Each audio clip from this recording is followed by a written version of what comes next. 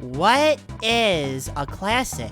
We throw the term around a lot, but what does it actually mean? Webster's defines it as something that is a great achievement and often is its creator's greatest achievement.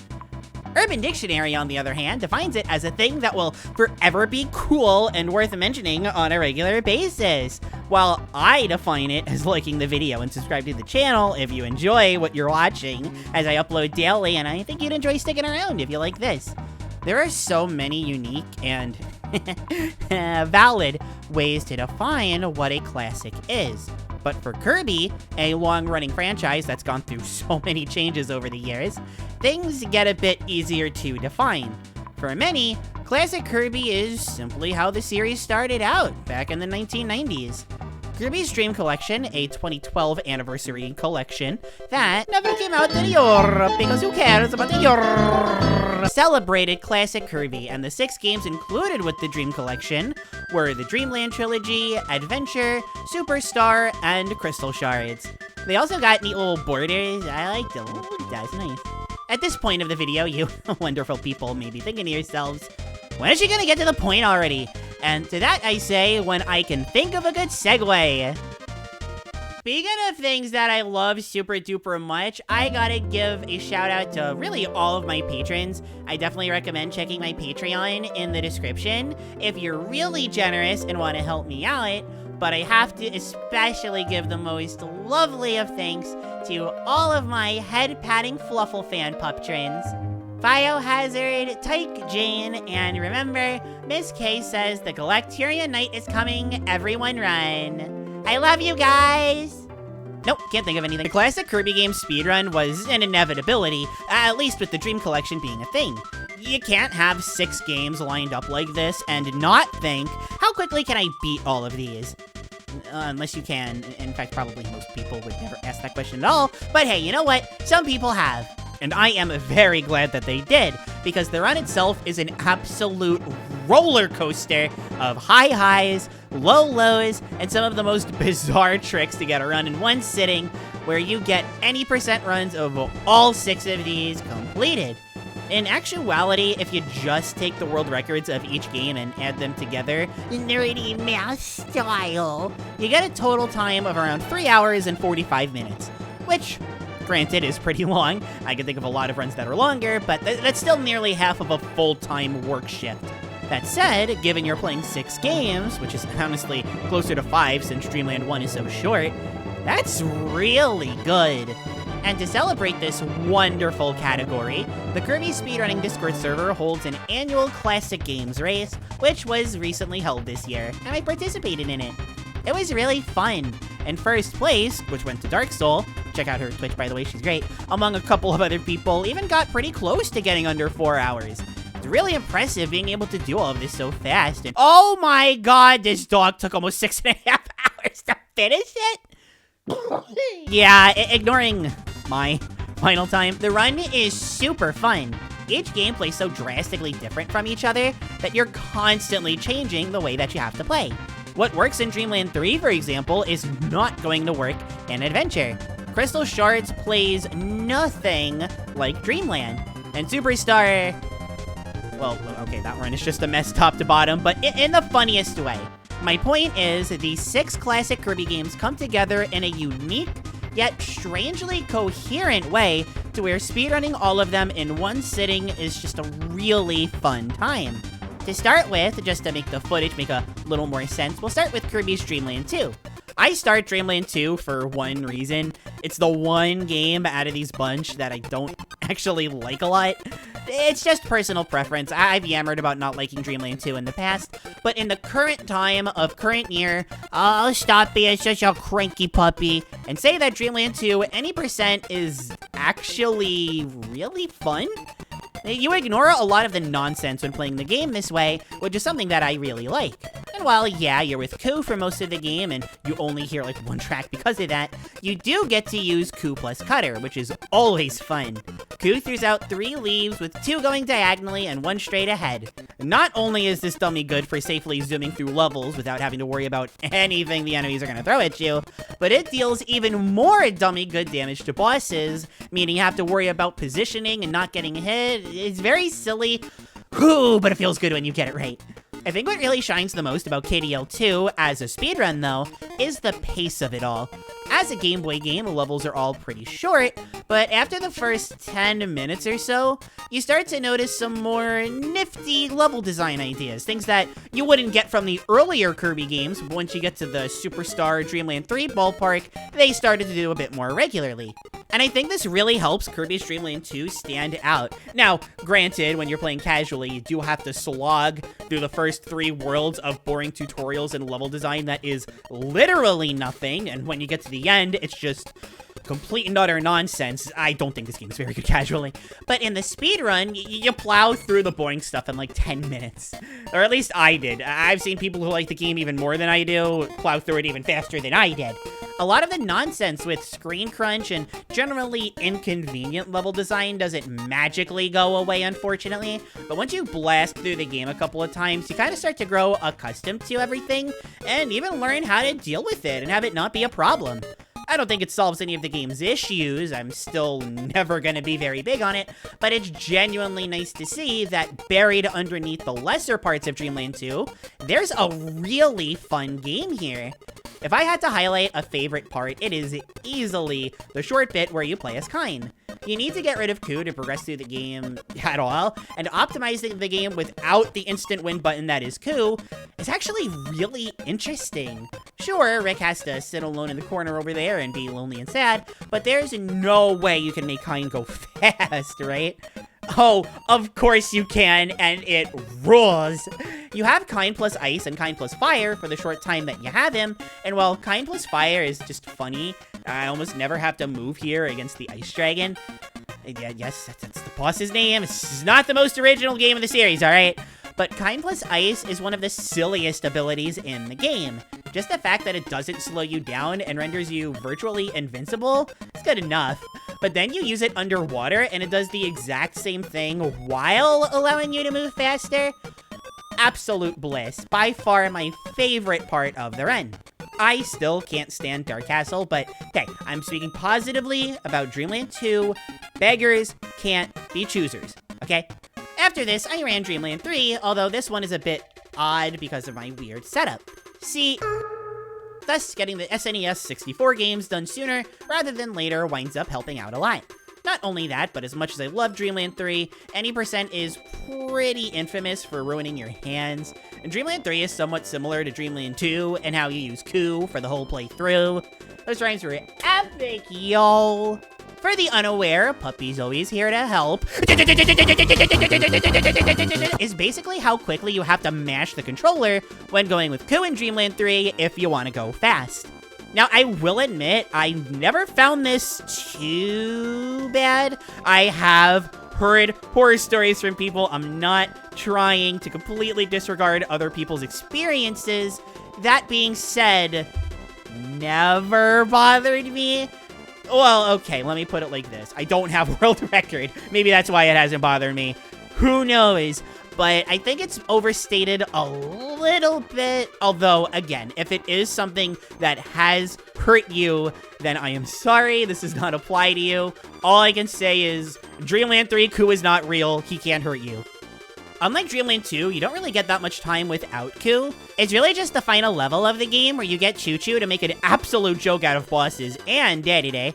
And for the overwhelming majority of World 2, where you get to play as Kine. Kine naturally is a lot more fun to control in Dreamland 3, and that's actually my favorite animal friend to use. I kind of wish he saw more Kine compared to Koo, but I get it. The problem with Kine is that, you guessed it, when you're underwater, Kine can swim faster. It's really nice. You can swim really fast. How do you make Kine go fast, you may ask? Look, I adore Dreamland 3 any percent. It is such a fun run for me. There's just so many different vibes that you get throughout it. A lot of people say that it's really slow. I wouldn't say slow as much as I would say auto-scrollers, but even the auto-scrollers are just nice because, hey, you get to give your thumb a rest. Hey! But yeah, no, you get the idea. You gotta do that a lot. But I did talk about Choo Choo before, so let's talk about the boss fights. I love the boss fights of this category, mostly because for 3 of them, you use Coup plus cleaning, which you might be thinking, cleaning? How the heck is that an ability that's good for bosses? Oh, just look at the footage and you'll figure it out. And by that, I mean it does a lot of damage while still having you keep Coup and not having to go for an animal buddy that is not nearly as good as Coup. The other 2 instances are still really fun, one of them being the aforementioned Choo Choo and, well, cleaning. Again, this damage just holy moly speaks for itself, but my favorite is Pawn and Con, because you don't even use an animal buddy for this. Sure, you bring Coup into the level, but that's only so that you can take Coup out of the level. So what ability is it that you use for this boss fight that Klaire Fluffle loves so much? Yeah, it's Parasol. Parasol in Dreamland 3 is kind of weird in how the actual attack does about the same amount of damage as just the regular Parasol hitbox that's always out because it's really funny. Yeah, it turns out being really funny in a speedrun is also optimal. I'm telling you, this happens way more often than people give it credit for. On the whole, I don't know. I just think Dreamland 3 is a really fun run. There's a lot of really silly stuff that you get to do with Coup and Kine for the short amount of time that you get to have him.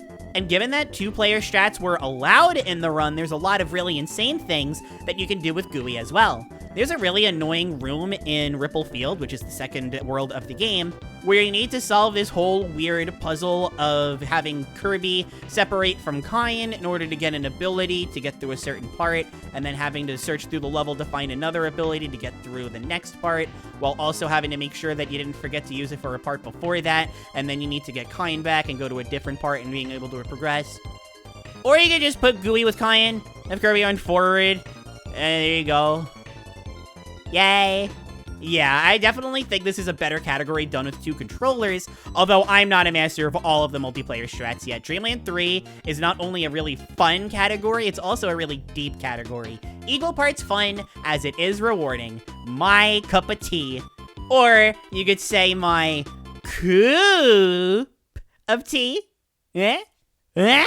Next is Kirby 64. Doing Kirby 64 directly after Dreamland 3 and Dreamland 2 is nice, not necessarily because it's a much slower paced game, which it is, but also because it leaves the remainder of the run afterwards very exciting. Now, this isn't to say that Kirby 64 is a boring run. Far from it. As much as I think Kirby 64 can be a bit of a slog sometimes, when you're doing the speedrun, there's surprisingly a lot more involvement. Well, okay, let's not get too ahead of ourselves. It depends on which of the 2 abilities that you're predominantly using throughout the run. If we're going to be talking on the more boring end, unfortunately, the best ability in the game, more than likely, is Burning plus Burning. Now, there's nothing wrong with this ability. You go really fast, but if you don't position yourself correctly, there's like 10,000 years of end lag, which, if you're not careful, you can get hit. I've never died to it, but you are in end lag for so long that I can get the next 10 years of my taxes done in the amount of time it takes for you to be able to act again. But the big thing that makes it so boring is that it just feels autopilot. Now, don't get me wrong, if you're using Burning plus Burning against bosses, it isn't so bad. In fact, I actually think it's really interesting. The Wispy fight, of all things, might just straight up be my favorite part of the run, and I am really good at choking the Wispy fight. In both my practice attempt and the speedrun attempt, I choked it pretty bad. Never underestimate me, okay?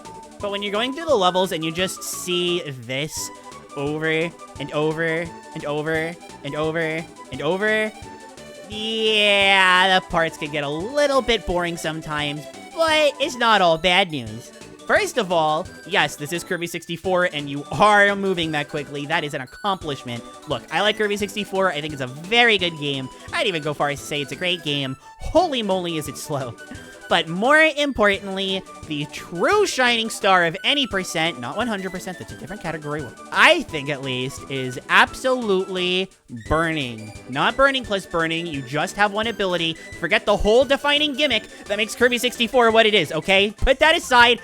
We don't care, this is any percent. Okay, alright, now that our previous bias are gone from inside of us, Or I guess you could say they are internally gone among us. Yeah. Solo burning is super good, and here is why. With burning plus burning, you do go faster, but there is that end lag. There are parts of the game where you're just not going to want to deal with that because of the way that enemies are positioned or because of stage obstacles, bottomless pits. There's a lot of reasons. With solo burning, though, it takes a lot shorter to go, which definitely helps, but it goes shorter. Wouldn't that just make burning plus burning better?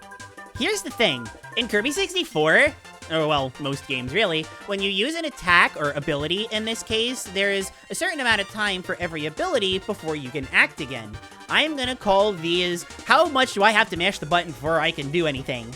I don't know what that would be abbreviated as, but my point is, for solo burning, there is literally 0 end lag. You use burning, and then you can just do anything right away.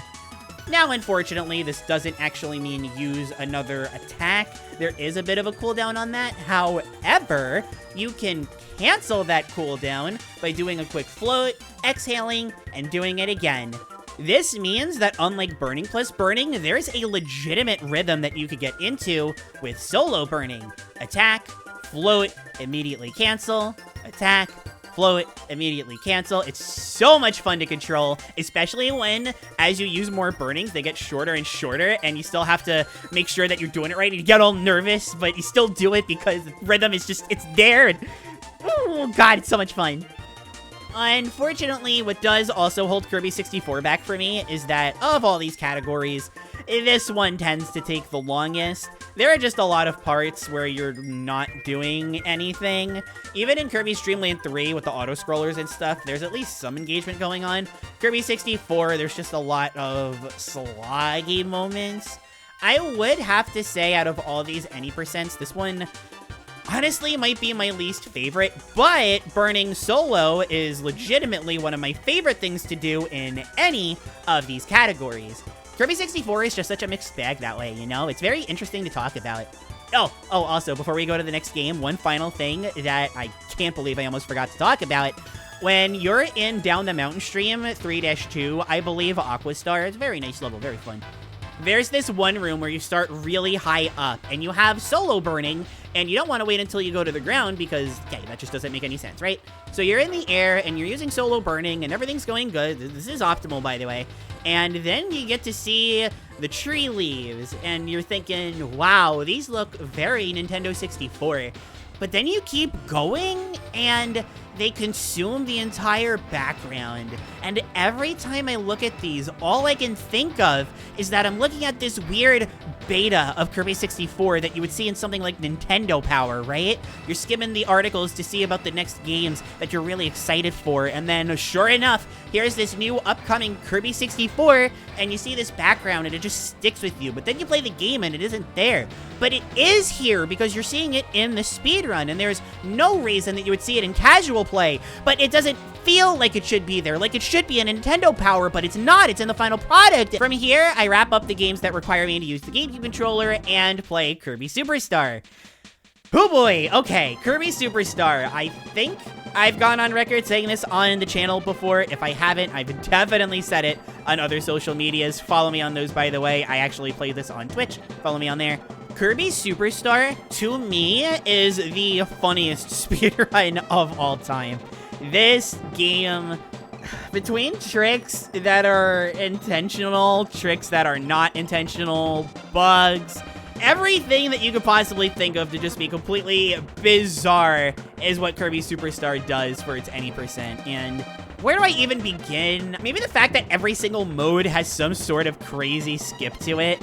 I actually made a full video detailing this part specifically. Please watch it. I really like how that video came out. And if this sounds weird to you, you're definitely going to want to watch it. But long story short, if you use a strong enough attack on a mini-boss as they're falling down, they will instantly die because for some reason, mini-bosses in Kirby Superstar have really weak bottoms. And that's all the context you're getting. Watch that video if you want to know more. It is just as weird as you would expect. Another video I've made, although this one was a shorter one, and I'll go into a bit more detail here, involves using an ability like Jet to just completely skip mini-boss fights. See, unlike a lot of games, mini-boss detection things. I don't actually know what this is called, but basically the part of the game that forces you to be in it to say, oh, you're here, time for a mini boss fight. Yeah, it doesn't extend that far up vertically, so if you just go really high, you just completely bypass mini boss fights. This is possible to do with the helper jump, although if you want to be quick, you can do the supercharged jet jump blast kaboom, and then just keep going and you get to skip a lot of mini bosses. You do this in Dynablade, you do this in Revenge of Meta Knight. You don't do it in Great Cave Offensive, but that would require you have to fight a mini boss in Great Cave Offensive, okay? Well, I guess you do fight one, but that's the one that you do the butt check for. Tiki, watch that video. There's some little things like using Plasma's charge shot to instantly shoot down the reactor laser just as soon as it fires to save a bizarre amount of time. It really shouldn't be that much, but it winds up saving you like 5-10 seconds, which might not sound like much, but when you gotta play this for like 4 to 6 hours, oh my god, 5 seconds is an absolute eternity. Free me from this suffering. The things that are absolutely insane, like this Dynablade... Sorry, I messed it up. Like this Dynablade skip that... Oh my god, I messed it up again. Are you kidding me? Here, let's just skip to when I get it right. Uh-oh, did I never get it right? Oh, shoot. Oh, yeah, finally, there we go. Where you clip through the wall, and you can only do this with one of 2 helpers, but hey, guess what? One of them is Jet, Epic Law, and you can skip an entire auto-scrolling section. Boy, howdy, did I wish this worked in Dreamland 3. Of course, we also have to talk about the abilities themselves that you use. Predominantly, it's just Wing, Jet, Hammer, and Plasma, but all of them have so much jank. Like, did you know, for example, that in Kirby Superstar, that if you press 2 buttons at the same time, it'll count for 2 different charge inputs for Plasma? And as soon as you shoot your shot, you can start charging the frame that you do it. So if you're willing to destroy your hands even harder than Dreamland 3 could ever dream of doing, hey, get it? Dreamland 3? I'm a smart puppy. You can literally wipe the face with bosses in seconds? And this is really hard, and I wasn't able to do it in the run at all, but I still managed to get better times with Plasma than I would with any other ability because it's just that stupid. Or, hey, did you know that you're supposed to be bonkers in the first area of Great Cave Offensive because Hammer is stupid good against the computer virus, and if you know what you're doing, is equally stupidly good against Wham Bam, but is super hard to get right versus Fatty Puffer, so I lost it, and I didn't have Hammer for the run because KSS is a funny game.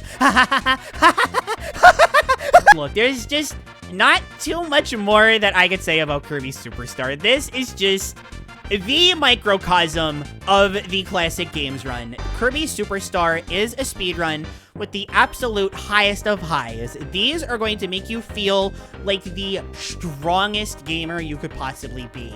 You got the skips down, you're just destroying everything in your path. Nothing can stand in your way. You are on top of the world, you feel good about yourself. And then you make like one little mistake and then everything starts to go wrong and you get hit for a good quarter of your health because Kirby Superstar does not know how to scale its health and it's freaking hilarious and everything goes wrong. And you could be like one of the runners in this race that we had who had to wind up using paint against Heavy Lobster because, you know what, sometimes that's just life. I said this was a microcosm for the classic games run in general, but KSS is just a microcosm for life. Sometimes life is good, sometimes life is bad. Just gotta take the good with the bad, learn to move on, become a better person, and take like 15-20 minutes to speedrun Kirby's Dreamland. Yeah, Kirby's Dreamland is really short. I love this game, and the indie percent category, honestly, it's pretty neat. But there's just not that much to say about it. Now, there are small details to talk about. For example, taking damage in Dreamland is very interesting because depending on where you get hit, if you're in the air, you can actually zoom forward, and if you're able to chain these together correctly, you can actually wind up saving loads of time. And you know what? That's something that is wholly unique to Dreamland 1. Typically, when you're playing a game, you don't want to take damage unless you're brute forcing, which, don't get me wrong, brute forcing is absolutely a good strategy in any game that requires it, but getting hit specifically to increase your momentum in Dreamland 1 is something that I've always found very interesting. Curry's skip in Castle Lololo is also one of the coolest things ever, and while I want to make a video on it, I actually almost got it here, so I'll let the footage in the background talk for itself, but basically, if you get the Curry in Castle Lololo, you can bring it to the Lololo and Lalala fight and just beat them with bad breath. That's a really weird way of putting it, but that's the way I'm going with because I think it's funny. Look, I just talked about Kirby Superstar earlier. I went completely insane. I still have a case of the giggles. Let me keep that for Kirby's Dreamland. Maybe even our last game, Kirby's Adventure. Now, on a personal level, I actually had a lot of fun routing for Kirby's Adventure. This is because the rule set that we use for classic Kirby games is a rule set that I really, really like, but it doesn't ban major glitches from use in the Kirby's Adventure run. This means that you can do things like the pause screen glitch, the UFO glitch, all this crazy stuff that you wouldn't be able to do in No Major Glitches, where you basically just use Tornado for the full thing and have a good time. That being said, if you do want to do glitches like UFO, that means you gotta get really difficult mixes, you gotta learn frame-perfect pauses. I got videos to make, I got streams to do, I got a full-time job, I have absolute exhaustion because I only get 5 hours of sleep every night. I don't have the time to learn this stuff. That being said, there is an alternate way of getting UFO that is technically a frame-perfect glitch, but isn't really all that hard.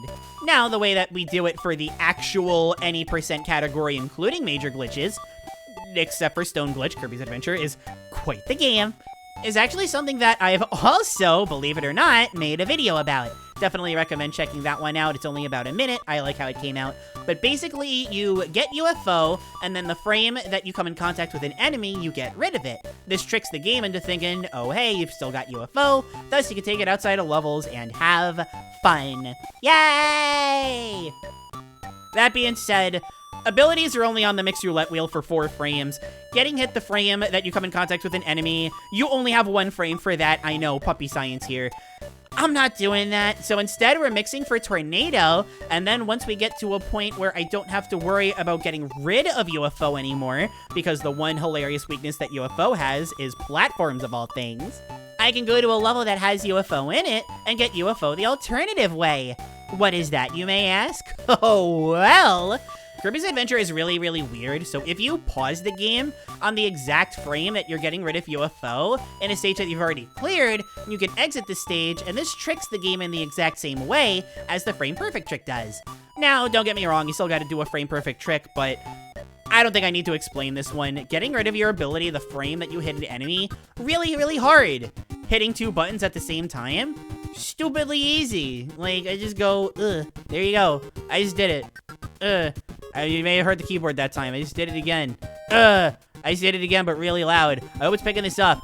I'm doing it again. Oh no, I just logged out of my emails and downloaded 500 viruses. So basically, the way that the game went was that until around the end of World 5, maybe start of Orange Ocean, I rocked Tornado, and then, once things were safe, I used a Warp Star Station, to go back to Vegetable Valley, the very first level, where you can easily get a UFO very safely, pulled off this glitch, and then did the rest of the game. Was this worth the time save overall, given that I didn't have UFO for most of the game? Probably not. But was it really fun to do, and did I have a blast routing it? Oh, you bet. And with that, the run is over. Now, I did have a lot of issues going into this. I wasn't very well practiced because, you know, it was the month of August. I was uploading Kirby Month videos every day. It wasn't these short videos. I'm talking full 10 to 15 minute. Although, that's really funny because by the time I got to the Classic Games race, they were all 20 minutes or longer. The videos talking about Kirby soundtracks and trying to make sense of this weird mumbo-jumbo going in my head, which, I mean, is kind of what I'm doing now, but it's about a topic that I'm much better at talking about compared to music. So I didn't have much time to practice, and my final time is definitely a reflection of that. I'm hoping next year to do much better and be much better practiced in a lot of these games, especially Kirby Superstar, because, again, that game is funny.